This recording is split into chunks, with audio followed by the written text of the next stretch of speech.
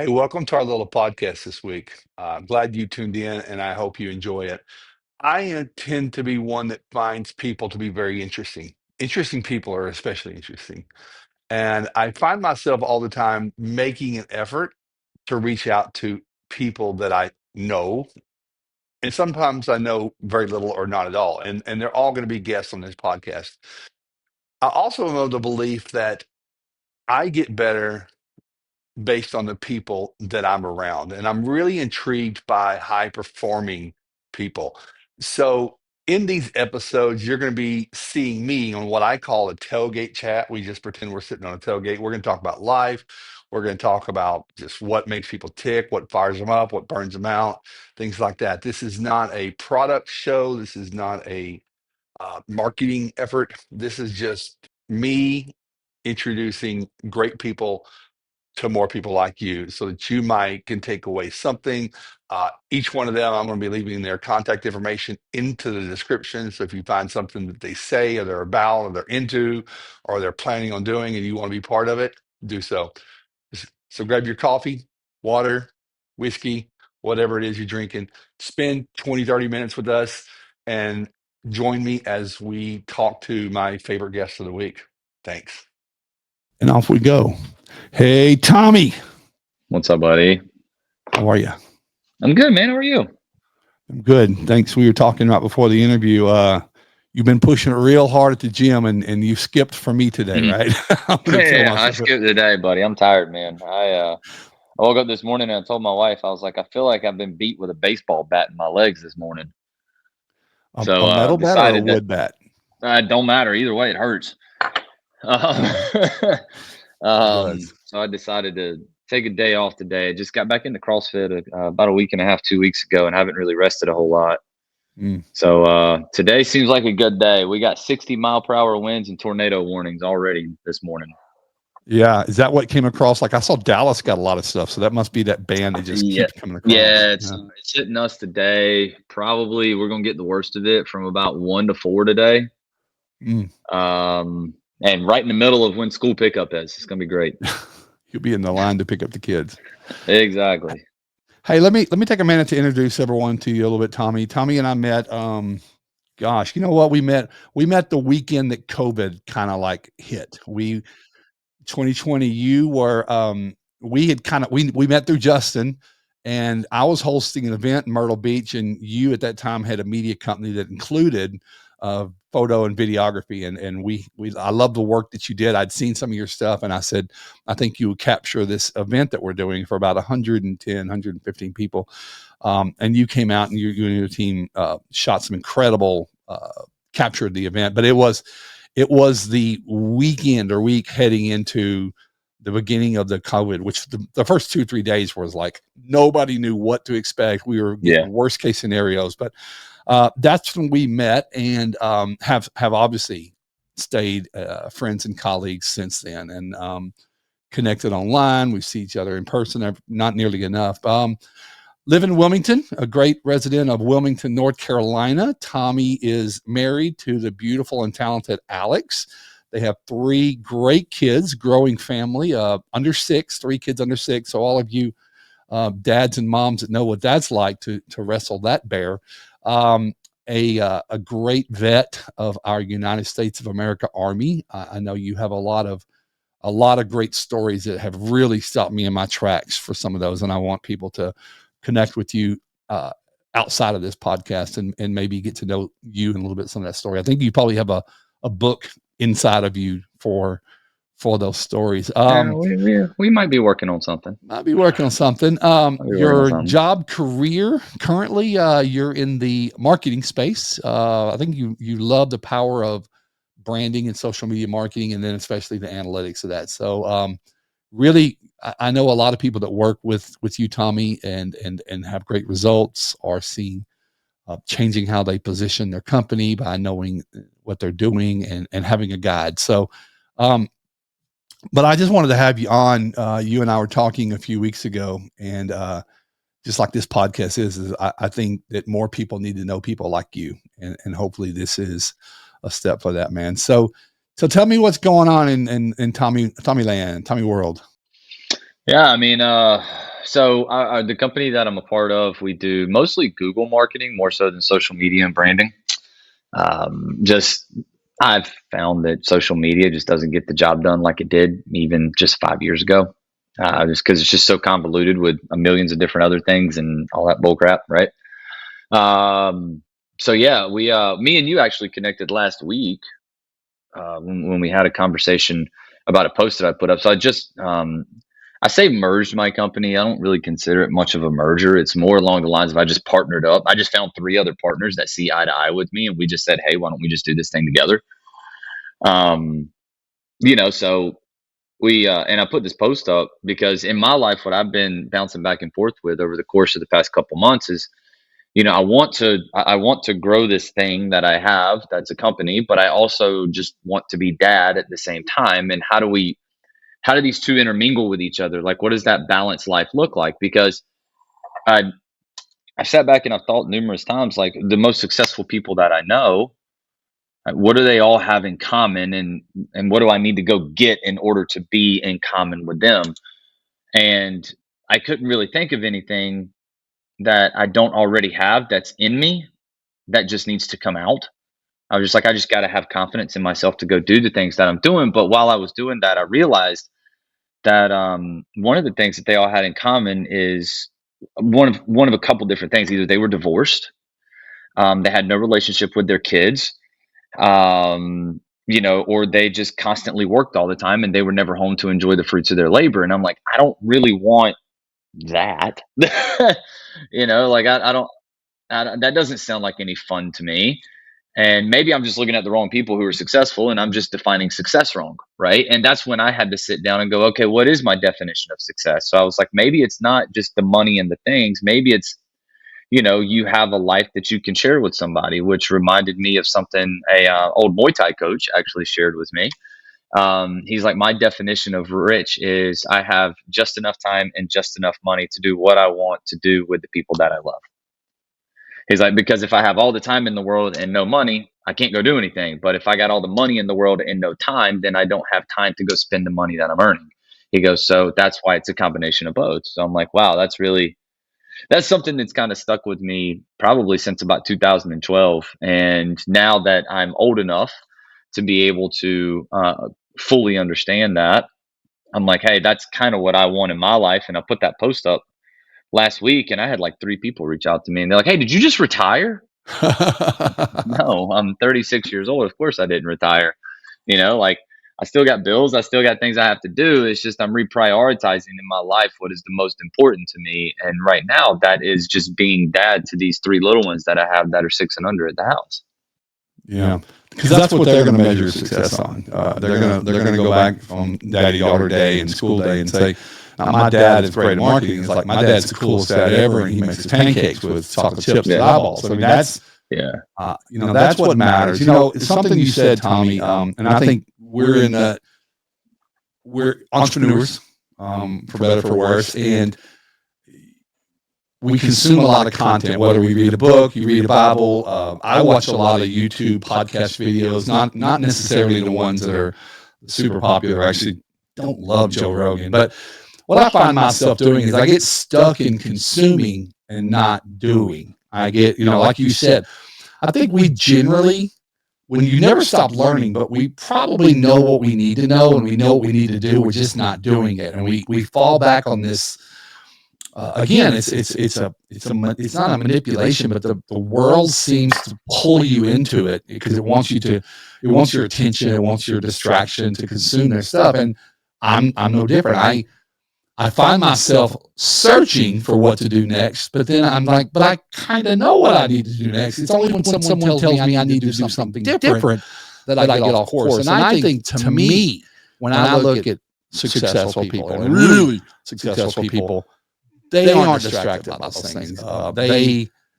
They're disciplined. It's a word I'm trying to like evolve around this week with a guy I listen to named Graham Cochran. He's like, you don't have to be the smartest, you don't have to be the best, you don't have to be all that. You can just be consistent and show up because most people don't. And I think that's what it is. Like, I know what I need to know. I can quote most books. I can quote all the popular things. But I'm with you. I will pronounce to the world that I did not get the assignment right for most of my parenting obligations. I was a good dad, but when it comes down to what our obligations are, what our purpose as parents are, I don't think I fully did what, looking back, I mean, everyone can always look back and see what you did wrong, and that's what this is. But my job, my career, what I chose to do took more of me than I probably should have given. And I robbed my kids. Now we're trying to make up for it, but those are impressionable years. It's hard to teach an 18 to 24-year-old life when they learn a life, and now the world is trying to teach them. But so I resonate with that. I was one of the ones that called you, and I don't think I took it as you were retiring, but I was like, what are you doing? Because that's interesting. And that's why I reached out, because I like what you were doing. Yeah. No, there's just a lot of misconceptions about like being dad, I think, and being a business owner and being whatever it is that you want to be. Everybody is trying to get to you to get your attention, whether that's social media, your phone, text messaging, it doesn't matter. And even the marketing that's out there, it tries to drive you to make a decision right now, because this is the next thing that's going to take you to the next level, right? And I don't necessarily believe that. I think we're in a world full of knowledge. I think we're in a world full of, I can get any information that I want whenever I want it. And I think that's actually made us dumber, and it's actually made us lazier, because we can move to the next thing too quickly before we fully use the tools that we already have. You see this in our line of work and what we do all the time, whether that's a CRM, whether that's a marketing company, whether that's, sales training, it doesn't matter, right? Like, we'll stick with it for about a month or two, and then, it doesn't work. And then we move on to the next one because this isn't doing it. And it's like, no, like, you haven't used it to its capacity yet. Exhaust what you've already spent time learning and investing in, and then move forward, right? And for me, I had all the knowledge on how to do all the marketing things, but one of the things that I also had knowledge of is that if I wanted to take the current company that I had to the level that I wanted to make the income that I wanted to make, then I was going to have to give up time at home in order to go succeed. And from a financial perspective.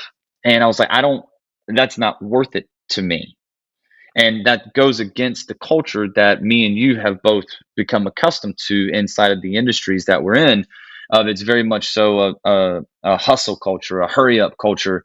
The more doors that you knock, the more people that you call, the more content that you make, the more.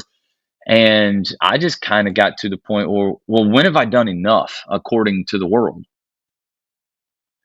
And I couldn't come up with a good answer. And I was like, well, then I'm never going to be successful in the world's eyes.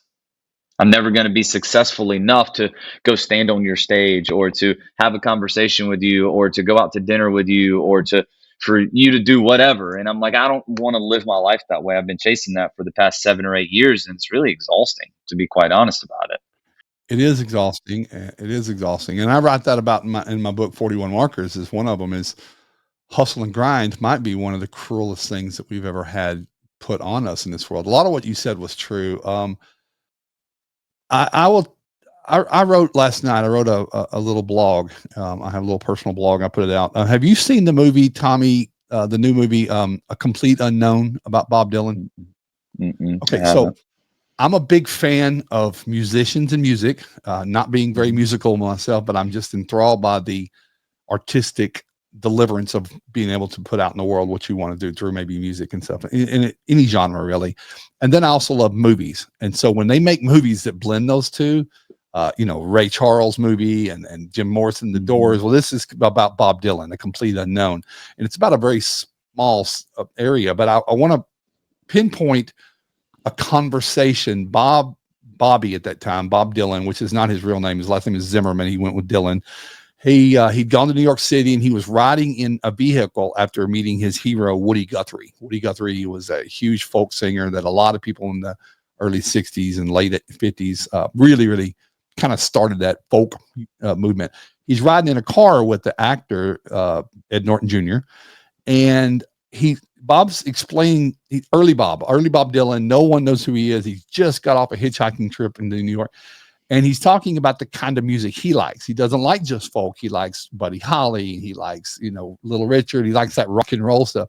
But he plays music acoustic. He goes, I like when I want to write a song and deliver it. I like it to be simple and stripped down, and no drums, no electric guitars.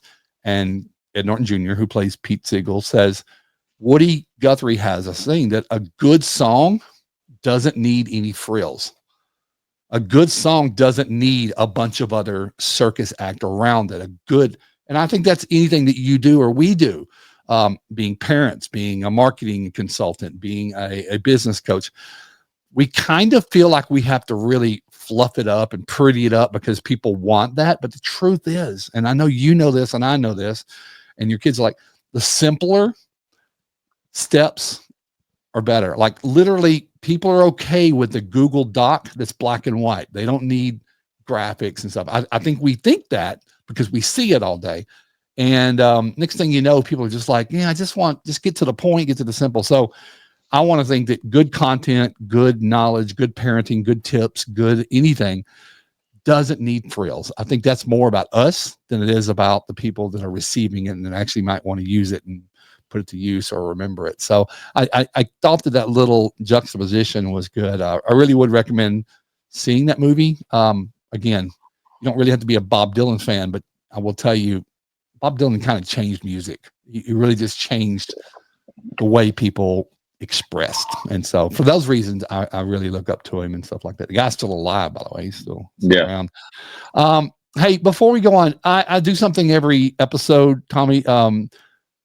A guest that we've had before, I asked them to create or pose a question for the next guest, not knowing who they're going to be. And our last guest asked this question. I'm gonna read it out to you real quick.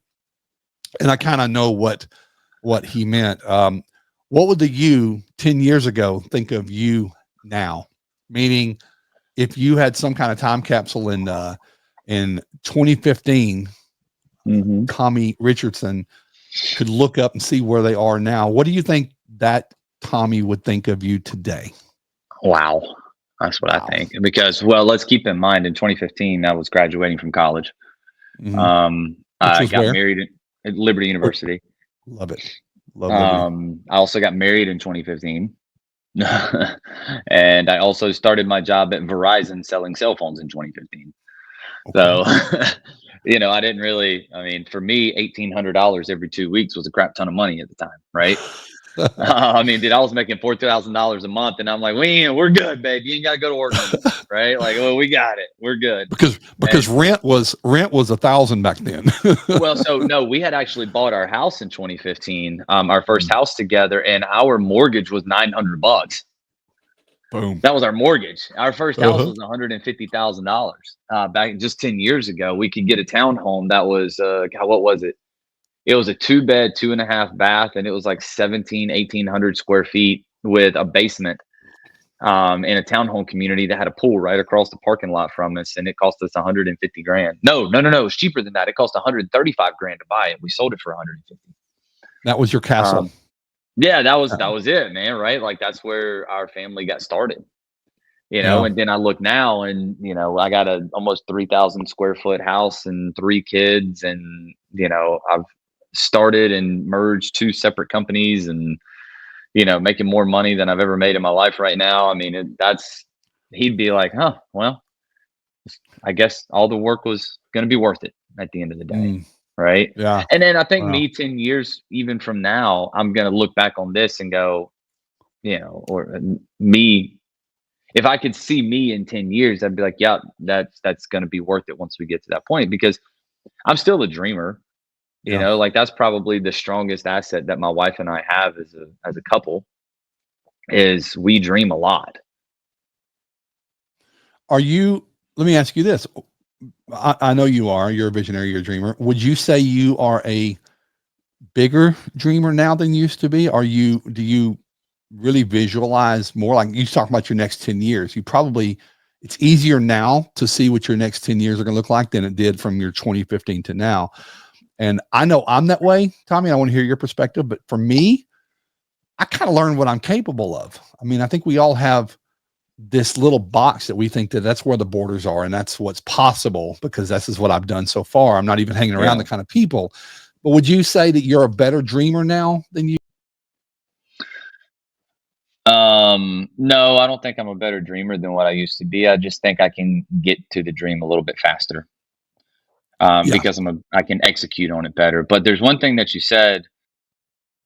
I know how to get there better, and I know what my next 10 years looks like better than I did my previous 10 years. And I'm going to push back on that just because of where I am in life. I don't agree with that personally, where I am right now, and it's because I have a 6, a 3, and an 8-month-year-old. Right? Yeah. Like I think I know what the next 10 years is going to look like, but in 10 years, my daughter is going to start driving.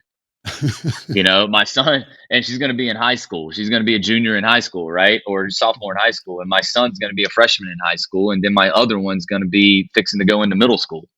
So I'm sitting back going, oh my God, like I don't even want to think about that, because first off, that means I'm getting older. And second off, like I don't want to imagine my 16-year-old daughter even beginning to try to date somebody right now. So I that's the only part that I would probably do. And again, I think that's just because of where I am in life right now.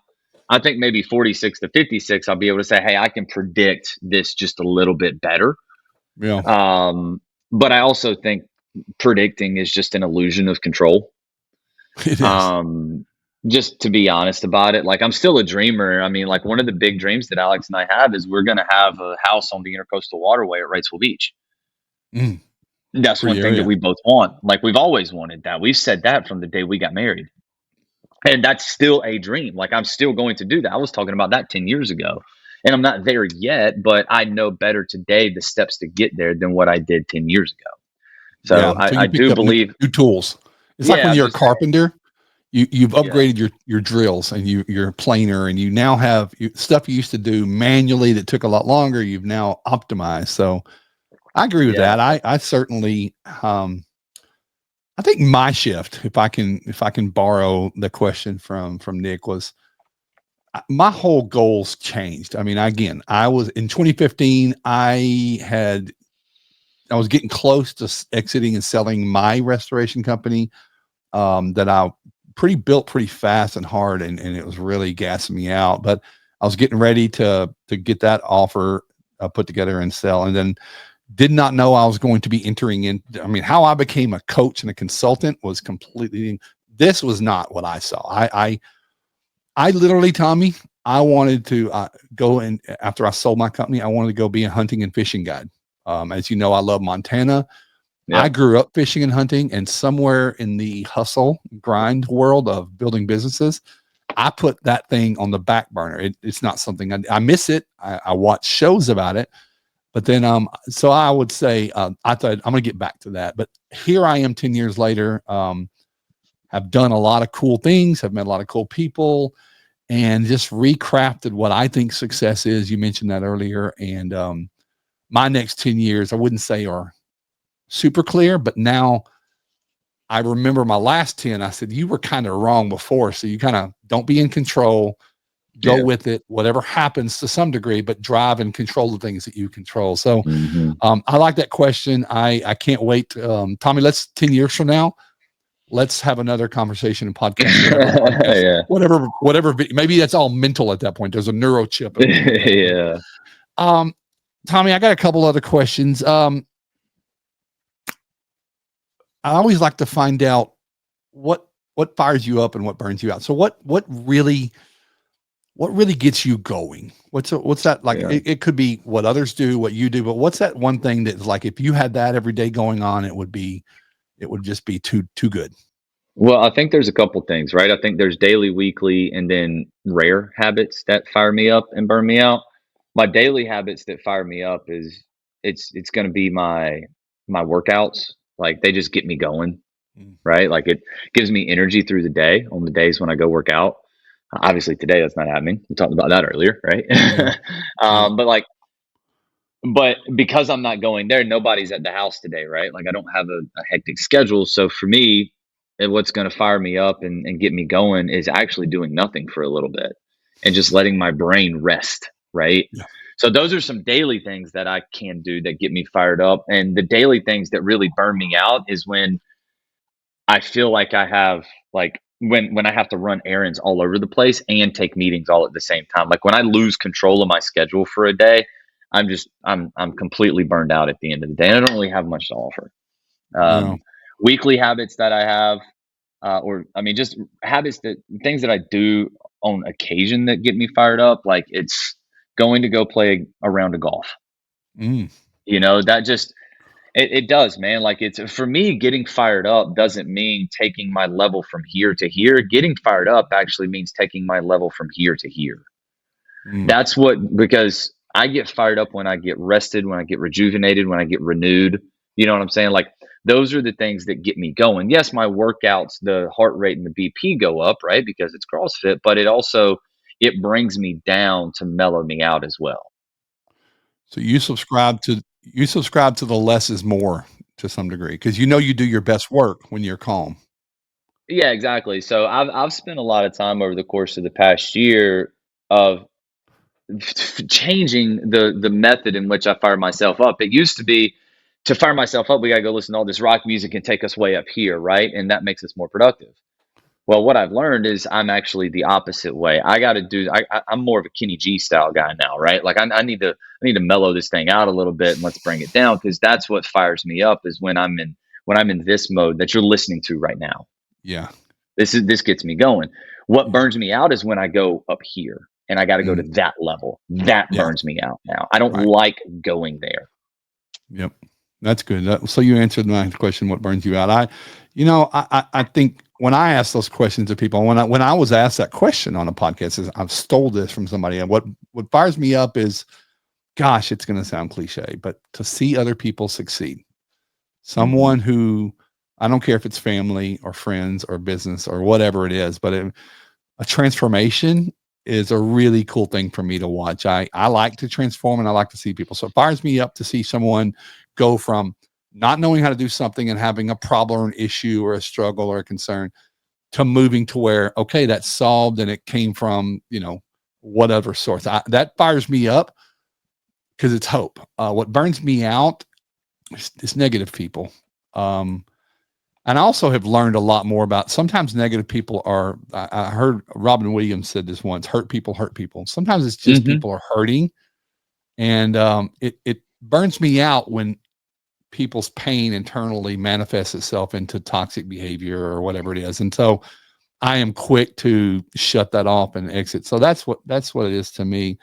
Tommy, let me ask you again, lots and lots of different questions. I'm sitting here thinking of where, you have pursued and found a modicum of success, as you self-mentioned earlier. But what's been your consistent superpower to get you? What's gotten you to where you feel like you have a modicum of success now? What's that secret, if you will? Because people watching, listening might say, I'm not where I want to be. What would they say? But I heard Tommy say this is what he did. Maybe I should try it. What is that thing? Having the right spouse. Mm-hmm. That's not cliche. I'm not saying that because I'm in the doghouse with my wife or anything like that, or because she just pulled in. That is the honest to God truth, man. Like having the right spouse makes all the difference. Because when I come home, when I was hustling and bustling with Nubs Media years ago, when you and I first met, right? Like you met me and my wife at the same time because my wife wanted to travel with me to come support me. She's like, what can I do to help? Now, it didn't hurt that she got to go to Charleston, but that's, it's one of those things to where she also was there and she worked that day with me. When I come home and I'm exhausted, she's like, you're doing a good job. It's that constant reassurance of those things. So I would say the one constant that I've had since being a business owner or even in the past 10 years is that woman right there. She's the reason I'm this as successful, if that's what you want to call it, as I am. That's very true. Someone's got to have your back when it feels like nobody does. And that's that instant with a spouse, a husband or a wife. And this can probably, anyone that has a business partner, the success or failure of your business, if you have a partner, is on the support that you give each other, and not on the best days, on the worst days. And so, but yeah, I have an amazing queen of a wife. She's not involved with our business, my business. She runs the business of our family, which is, gosh, she couldn't do that I have to pick her up because sometimes she doesn't think she's doing a good job either. So Yeah. I like that. And then what would you say? Here's the last question. I think I will craft it. We're going to have somewhere between 1 and 10,000 people listening to this podcast. What I always say that I don't know if it's going to be one person. At least will be one. Yeah. It'll It always could be be my one, wife. right? It could be my wife or your wife, but it will be Yeah, one and exactly. maybe 1,000. So knowing that you have an audience of 1 to 10,000 talented people in something, what's something that Tommy or Nubs or Nubs Media or anything say, I struggle with this constantly. If someone wanted to reach out and have a conversation and they say, hey, I find that thing to be relatively simple and I've got a great system for that.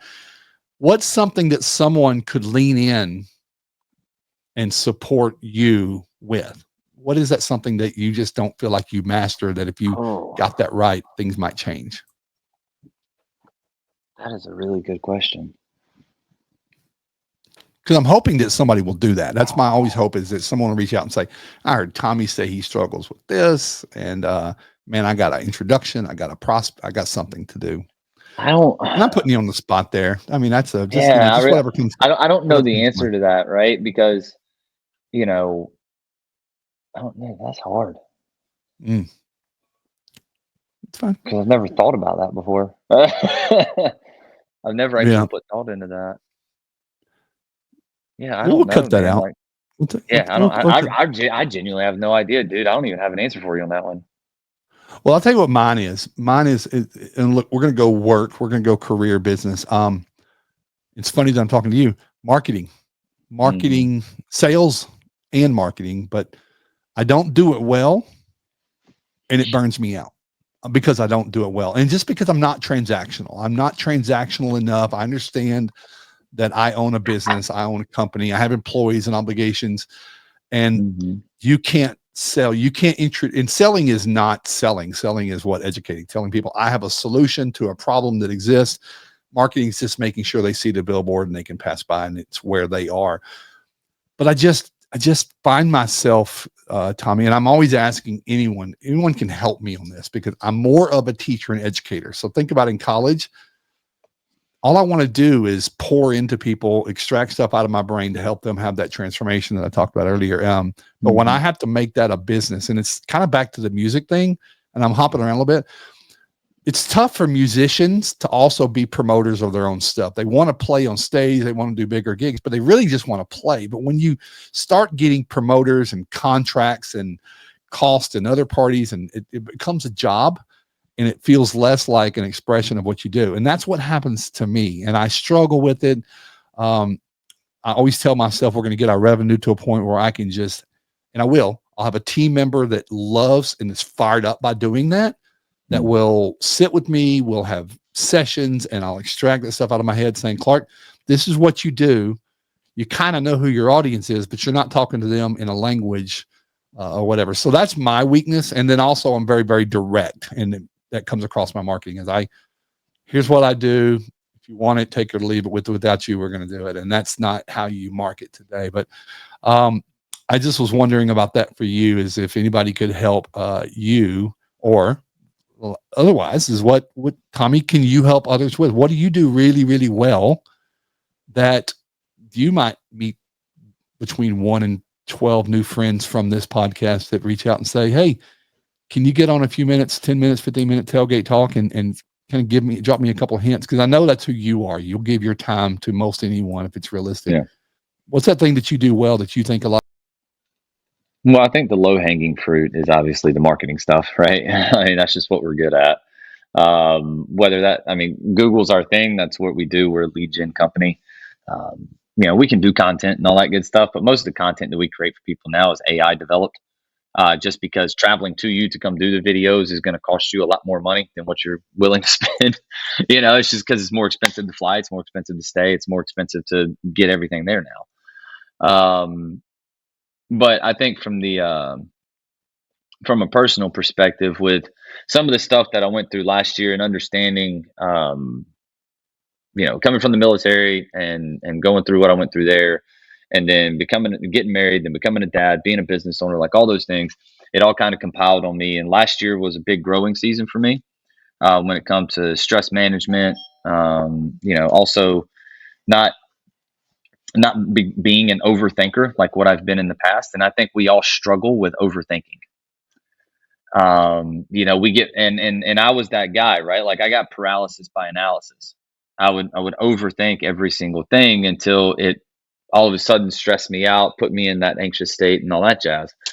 So, I've been through that, and I mean, I think that's still going to be a struggle that I have today, but I have the tools and the resources and the people around me just to be able to listen. And then I also have very honest people that are just like, hey man, you're being a little ridiculous. Like just do it. Like stop overthinking this thing and just go do it, right? Like my wife reminded me of that this morning. I woke up and I was like, God, I was like, I don't feel good, like I'm sore, everything. Da, da, da, da, da, da. She goes, don't overthink it. You're just exhausted. You just need a rest day. And I'm like, you know what? You're right. And then that was the end of the conversation. Um, so I mean, if guys just want to talk and get that stuff out of their system, like I debated with starting a guys group online, where we just meet on a Zoom or we meet on a Google Meet or whatever it is, and we can just have those conversations and guys can just get that stuff off of their chest. I mean, dude, being a dude is hard. It's not easy. Being a dad is not easy. Being a business owner isn't easy. Being a good husband isn't easy. Being a husband's easy, but being a good one ain't. It depends on the models you see, right? So we have to see good models of that and surround ourselves, and not the wrong ones. Tommy, I think I know you have and still have great parents, and you had a great upbringing and great examples and models. And I don't want to put my parents down, but I didn't. I think they did their best. I don't want to be hard on them, but we had some family dynamics that, when I became a parent, I was smacked in the face more than I think maybe most people were. It's like, wow, I don't have a playbook at all. None of this feels natural. And so I really worked at it a lot, and again, did it sometimes better. So I agree with you. I think that I love the idea of a guys group. I know a few people that are involved with those, and they say they look forward to it every single week, because it's okay. You've got permission to drop the ego, be a little more humble, because you're around safe environments where others you've realized. And I think, Tommy, you and I both will say, I've been surprised. My last 10 years is discovering how many people are hurting, how many people hurt and never say it. They pretend everything's okay. I write and talk about this a lot at the Canary in the Coal Mine, as I think we have little signals that are happening in our lives and our bodies and our minds that are little fractures that we just ignore. But those are signs saying, hey, you need to take a rest. You need to make some changes. You need to do this. We ignore those because the thing in front of us is still there and we want to pursue it. So that's the thing. I would like to invite you, think about this, because where I go. I love going to Montana. We go 3 to 4 times a year. We do our business retreat, and it's not like a men's group. It's a entrepreneurs get together over around the theme, but it really is just we're in a gorgeous place that God created and a great time of year. And we just happen to be able to share it with other people who have the same, experiences, and it's a write-off. And so, I would love, whether it's that or I take a group of people every year with me, a couple of business colleagues or something. We go and stay at a lodge just because they've never experienced it. So maybe you and Alex at some point, keep an eye on what we post up one of our Montana trips, and you say, hey, grandparents will take the kids. We're going to come out because have you been to Montana?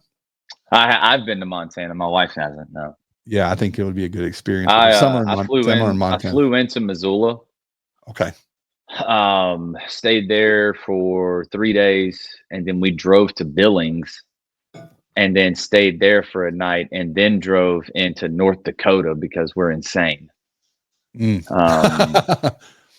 What time of year was this? Was this winter? This was November. So we drove 80 miles per hour down a highway in a blizzard because we were riding with somebody who was from Montana and was like, this isn't snow. I'm like, no, this is horrible. Most scared I've ever been in my life. Yeah, so we go we go two different places. So we stay in Red Lodge sometimes, which is near Billings and down towards the Wyoming border. So we drive across and go to Cody, Wyoming, and so. But the place where we hold our retreat and the place I really like to go, and it will be where our new home will be, is in Whitefish, which is north of Missoula. So up Kalispell, Glacier National. Again, winter hits quicker and harder and faster there. So it's again much different. But I like to think I'm a polar bear, and it's certainly better growing up in the heat. It's better than that. So, well, man, listen, we've kind of rambled on. I want to know, I'm sure it's okay. I'm going to put I'll watch your Instagram and your Instagram. By the way, talking about AI, everyone, I'm going to put Tommy's Instagram. I want you to see a video that I watched last night. I don't know when you posted it, but people trying to build websites with AI is not good. It's not, it's not good. And I'm seeing that more and more. And I think it's detaching, and you've got some great examples of specific cases, but I think that goes back to just because something's easier and quicker doesn't make it better. If your business is the attention, the marketing that you're supposed to be doing is important enough, then do it the right way. And AI, is, you said yourself, you watch the video, everyone, it hasn't caught up with the level of what you need to happen. So your Instagram is always great knowledge. You're a giver first, which is why I really am attracted to you as a friend. You give first with asking nothing in return. Most people, 95%, will never contact you for business, and you're okay with it because at least people are getting better. So with your permission, in the description, I'm going to put your Instagram and your Facebook. I don't know how much you're on Facebook, but you put out some good stuff for business people, but now some great stuff about balancing fatherhood, husbandhood, business balance. And sometimes we just need reminders of that knowing it's okay with someone who's a Phillies fan is telling me it's okay to not hustle and grind all the time. Yeah. I noticed the hat, by the way. Phillies hat. Appreciate it. Yeah. I got another one sitting here in case you didn't like that one. Either one. But and then the other thing that we're going to start in May is we're going to be doing a 4-week marketing course. It's two meetings a week. At the end of that 4 weeks, you're going to have your marketing plan put together. You're going to know what your numbers are. You're going to know how to hold people accountable. You're going to know what success looks like, all that good stuff. You're going to have everything in a matter of 4 weeks. And it's $1,500 per person. We're only taking 10 groups in, or 10 people in, and everybody's going to be in one group together, and we're all going to be learning as a unit. And it only lasts 4 weeks. I'll get that information from you. If you've got a landing page for that, if you've got an offer for that, I'd like to put that down. I think that would help a lot of different people. As a matter of fact, I'm sitting here thinking that's probably something that myself or Toby can probably Toby handles a lot of our content, but he's a numbers guy. So I think that would really resonate with him. So I might become one of your, so you're taking 9 because I think we're going to take one of your spots. Fair enough. We got 9. But get me some information so I can post that down below. Anybody watching that says, hey, I don't know what I don't know, and I think I'm okay. I think a lot of people try to do their own marketing, and sometimes it's just better to have it outsourced, or at least know from an outside person. Well, it's okay to do it yourself. You just got to know what success looks like and whether or not you're actually doing a good job or not. Well, it also changes all the time. So all the algorithms and all the processes from Google and others, it changes sometimes on a Tuesday afternoon. And if you're not tied into what those are, you need a professional that kind of like, I'm keeping up with the bulletins. I'm keeping up with the updates and upgrades, and what used to work doesn't work anymore. And this is why you're going to start seeing declining results. So I'm really a big fan of that in marketing. Is none of us have time to keep up with it if it's not our primary focus, and someone whose focus it is watching out for my business. So we'll put that down below. Tommy, man, I can't wait to do the next thing with you. I love our phone calls. Sometimes you need me, sometimes I need you. It's really, we're not keeping score. And I like that I keep, I was there when you were having some of the paralysis analysis, and I was like, just fucking push play, man. Push record. Just sometimes that's what sometimes I don't feel like these podcasts, but these podcasts are good for me. It gets me out of my natural introvert self. It forces me out. And sometimes I don't feel like doing it, but I know that like going to the gym, once you get to the gym and you pull that first rep, all right, I'm locked in. Let's do it now. An hour and 15 minutes. So I'll start and push record of a podcast or create something. And I might not have felt like it, but once I push record or play, I'm in it. let's do it. I want to do the best I can. And I think that's in everything we do. We have to commit and go if it's worth it and it's worth our time. So, well, brother, man, I will tell you, you are my favorite guest this week. I'm glad you did this with me. And if anybody wants to reach out to Tommy, if you have any questions, you can be on YouTube, do the comment thing. And man, until the next time, 10 years from now, we're going to do another one and see where we are. We're going to be old guys sitting around, a little more gray than I've got right now, but we'll be talking about what I didn't know back then in 2025. Now I do. And look what we've created. Look what our kids are doing or something like that. But man, you have a good rest of your day. Rest up and hit it hard tomorrow. All right, buddy. Be good. Appreciate you. All right. See ya.